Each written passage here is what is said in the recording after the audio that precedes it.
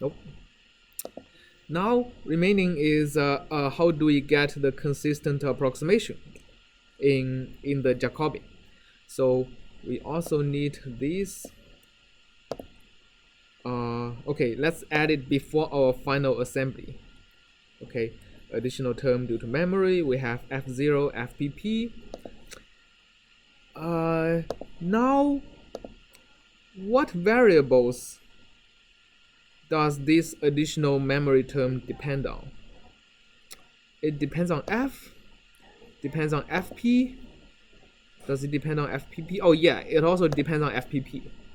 So we need to modify all the three Jacobian blocks. Remember, like we are having the Jacobian blocks to be arranged.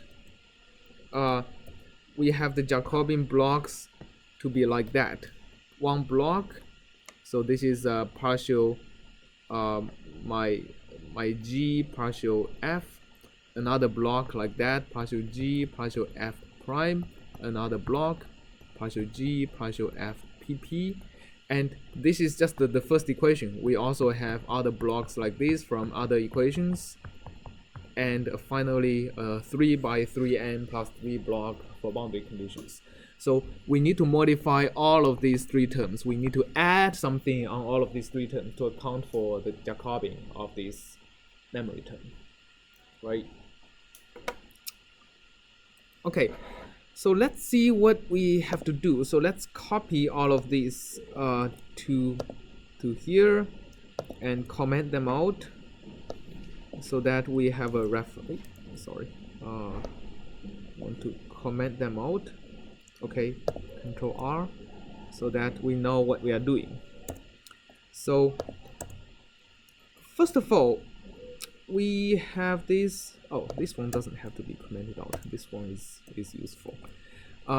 So first of all, we have, let's first compute what is the derivative of this memory with respect to all these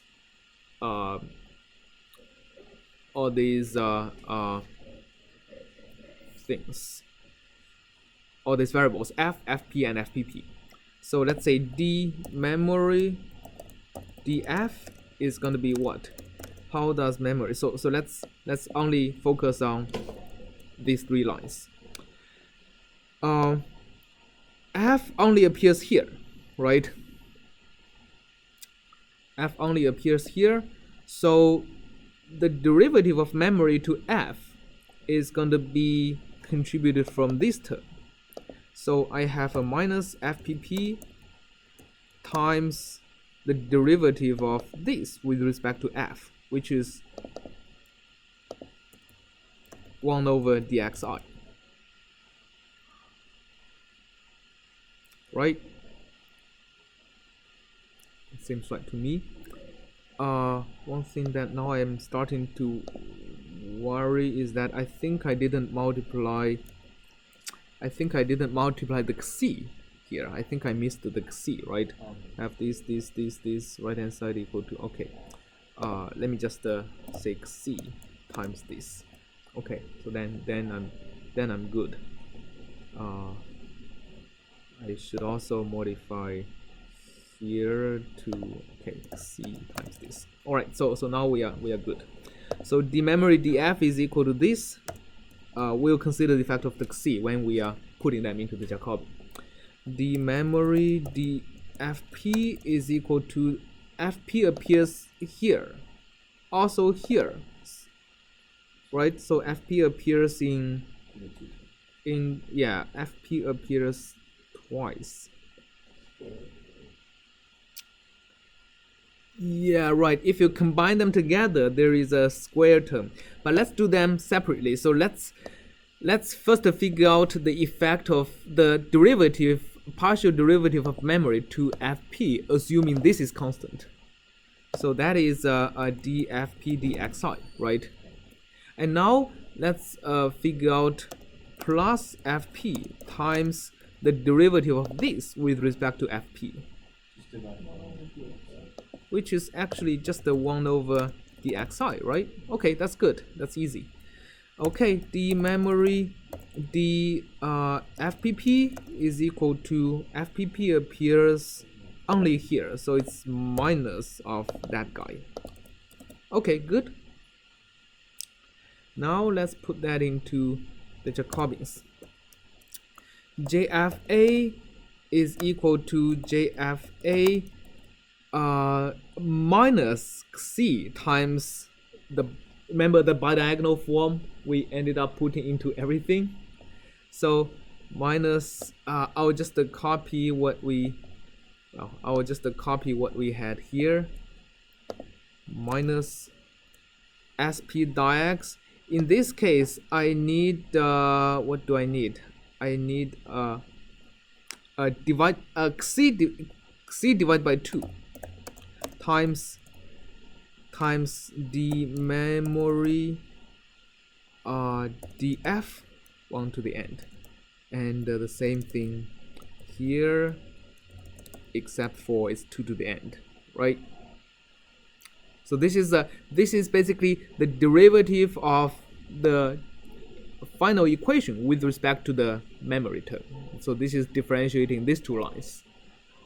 I have the minus sign here, and I have C divided by 2 here, and also the duplication is expressed in terms of the bidiagonal matrix.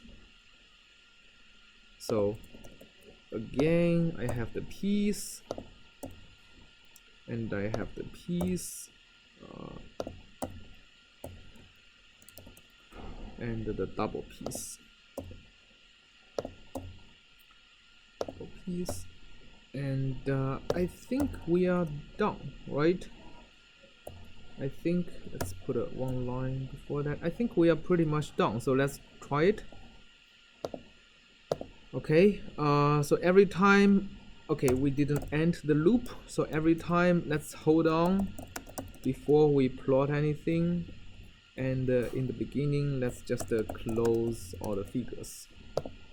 Would that work? Of course not. Undefined variables, dfp dxi. Oh, I didn't actually calculate these variables. Okay, so where are they? So they are here. I think I need both, right?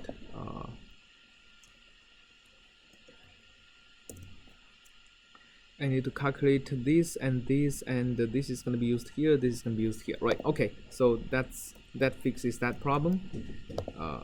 Let's try again. It's running. Cool.